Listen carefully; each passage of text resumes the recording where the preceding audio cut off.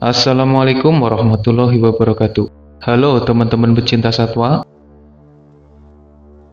Seekor singa jantan tengah berada di dekat bangkai kuda Nil. Tiba-tiba dikejutkan oleh serangan buaya yang datang dari dalam air. Hasilnya, singa besar itu kabur ketakutan. Apakah para singa memang takut dengan serangan buaya, khususnya yang ada di dalam air? Serangan buaya dari dalam air adalah sesuatu yang berbahaya, tidak terduga, dan sukar dipercaya. Jangankan buaya besar, buaya kecil aja kalau nyerang dari dalam air bisa bikin kaget. Meski harus kabur melarikan diri, singa yang selamat dari serangan buaya di dalam air menunjukkan betapa berkelasnya mereka. Bayangkan jika singa bukan hewan yang hebat, pastinya udah jadi santapan si reptil besar itu. Contohnya banyak. Cheetah lagi minum, tiba-tiba diserang buaya dan akhirnya tidak berdaya untuk melawan. Hyena akhirnya jadi mangsa bagi buaya setelah mencoba melawan di dalam air. Ular piton terlihat dikunyah oleh buaya di dalam air, dan berbagai bukti lain yang menunjukkan kehebatan buaya di dalam air. Singa bukan hanya bisa kabur dari buaya ketika pertarungannya di dalam air. Bahkan beberapa kali, singa dan buaya berebut makanan. Hebatnya, beberapa momen perebutan itu terjadi di dalam air. Sementara ketika singa bertemu buaya di daratan, situasinya berubah.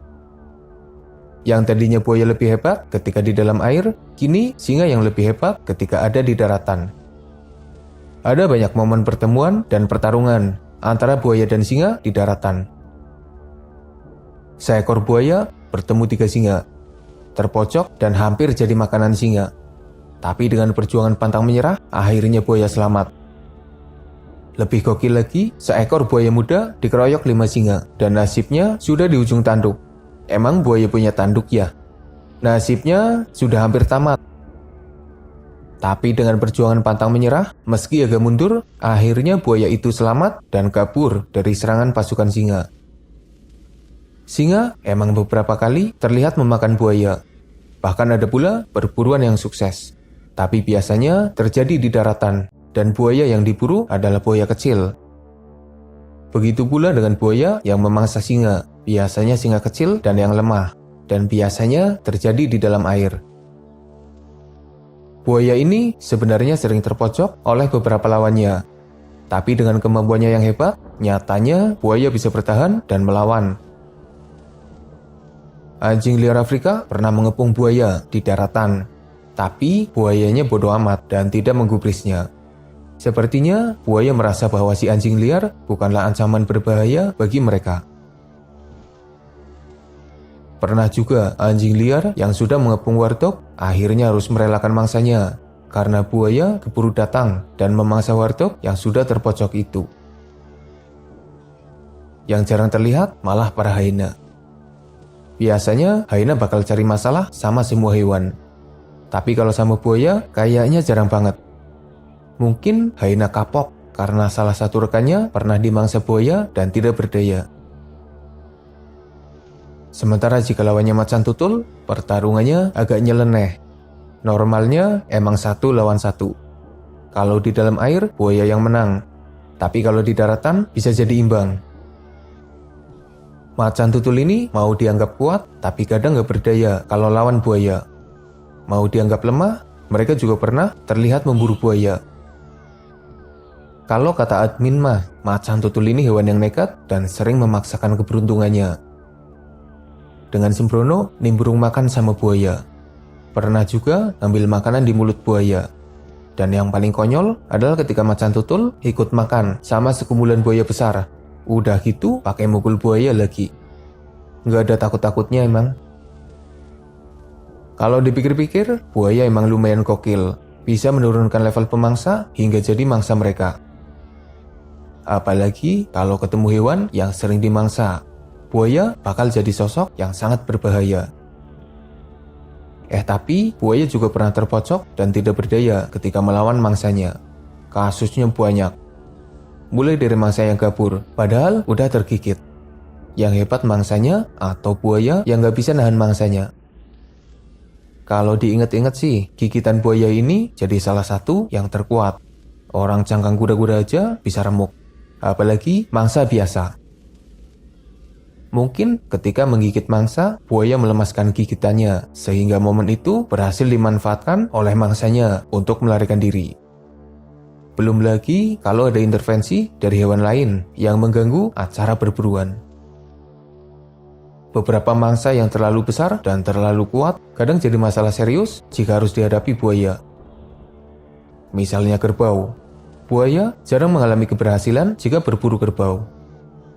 Soalnya para kerbau bisa berenang dengan baik dan tubuhnya besar, apalagi tenaganya juga kuat. Kerbau sering mempecundangi buaya, entah ketika diburu dan berhasil melawan balik, atau bahkan kerbau yang marah menyeruduk buaya dan bahkan menerbangkan buaya. Mereka ini punya serudukan yang berbahaya, singa aja bisa diterbangkan, apalagi buaya. Gajah juga gitu. Buaya sering mengincar belalai gajah.